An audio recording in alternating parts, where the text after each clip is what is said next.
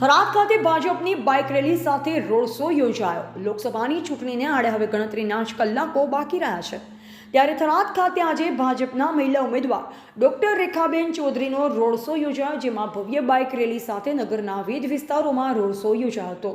બનાસકાંઠા લોકસભા ચૂંટણી જંગ અંતિમ ચરણમાં પહોંચી રહ્યો છે, ત્યારે રાજકીય પક્ષોનો પ્રચાર પ્રસાર વેગવંતો બન્યો છે। ગ્રામ્ય અને શહેરી વિસ્તારમાં લોકસંપર્ક બાદ હવે ઉમેદવારો રોડ શો યોજી રહ્યા છે, ત્યારે બનાસકાંઠા લોકસભાના ભાજપના મહિલા ઉમેદવાર ડોક્ટર રેખાબેન ચૌધરીએ થરાદ ખાતે આજે બાઇક રેલી સાથે રોડ શો યોજી શહેરીજનોનો લોકસંપર્ક કર્યો।